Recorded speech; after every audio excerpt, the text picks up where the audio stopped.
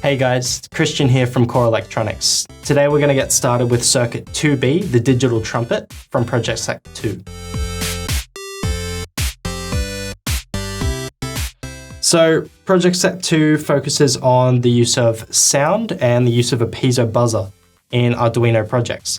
So from circuit 2A, we're not going to change all that much, so you can leave the setup the same and any tinkering that has to be done will go through.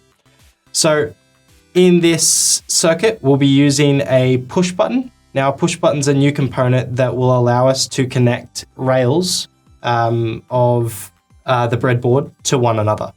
So just looking at it, we have 4 pins on the push button, and we're going to connect them so that the isolating strip runs down the middle of it. So make sure that we place them closer together so that, once again, for circuit 2C, we can actually keep the board relatively the same. So it's important to note here that the row 30 that we've got here, row 30 will be connected the whole way across as these 2 pins of the push button are connected. Similarly, rows 28 will be connected, and rows 24, 22, and so on will also be connected. Now, when we press the button, what happens internally is the connections between these 2 pins are brought together. So when I do this, rows 28 and rows 30 will be internally connected or electrically connected. So this is not a good thing if we're connecting power directly to ground. So what we have to do is we have to define a new input. So this input will be called input_Pullup, and that is the use of a Pullup resistor within the breadboard. Now, a Pullup resistor keeps the input to a high state until it is connected to a low state. So we'll connect one of these pins from each push button to a pin that is configured to be input Pullup, and then we'll connect the other pin to a ground value. Now, the reason that we can do this is because of the resistance value. The voltage drop across the resistor will be sufficient enough so that the circuit doesn't actually short circuit or break. So connecting them as shown in the diagram, we'll go 28 to the ground rail. We will go 22 to the ground rail. We will go 16 to the ground rail. Now, notice that our ground rail isn't actually connected to anything, so we will have to form another connection there from the ground supply. So we can connect the negative lead from the potentiometer to the ground rail, and we can connect something from ground to the ground rail, so they are now all connected to a ground voltage. So we will use the red lead to connect the other pin to pin 2. Then we will use the yellow pin to connect the other pin of the yellow push button to pin 3, and the green one similarly to pin 4. Now, what we have here is a circuit arrangement that has not pull-up resistors in it yet, as we haven't designed that. But once we connect it and we move on to our Arduino IDE and the Sketch, we'll be able to show you exactly what's going on. So here, 2B, digital trumpet, we'll open that up.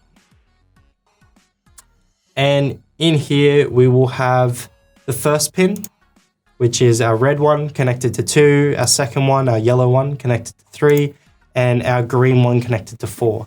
The buzzer pin here stays the same as specified earlier. And now here is where it gets interesting. This is where we define the actual pull-up resistor. So if we looked at buzzer pin here, we can see that normally we use output, or if we wanted our buzzer pin to be an input, we'd write input. But for our input pull-up resistors, we have to use the input Pullup declaration.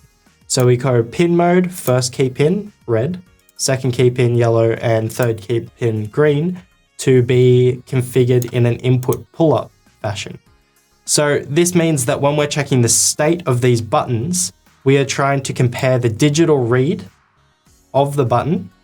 And if that is a low, then we know that the button has been pressed as the high connection, which it's normally in, has been dropped to the ground connection or to a low potential.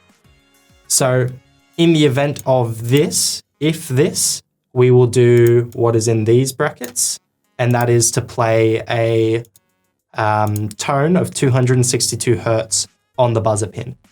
Else if the yellow push button is selected and it is read to be low, it'll play 330 Hertz. Else if digital read the green push button is read as low, it'll play 392 Hertz. And if no buttons are selected, it will turn off all noises currently on the buzzer pin. So here they've given a reference. So if we want to change any of these frequencies, we can do so. So the first one is a C, the second one's an E, and the third one is a G. So if we wanted to change these and make a different C, we could put that on there. But for these purposes, we'll just run these ones. So we'll upload this code to the board. And we shall see that the input Pullup doesn't short the circuit. And now it's done uploading. So we can press the green one. Oh, and don't forget, we can change this potentiometer to change the current. So I'm going to put it on max volume.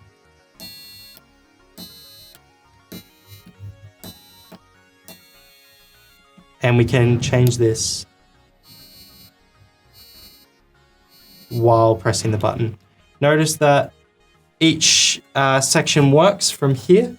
So we are looking at this pin, it works, and then else it is quietening the buzzer, yellow and green.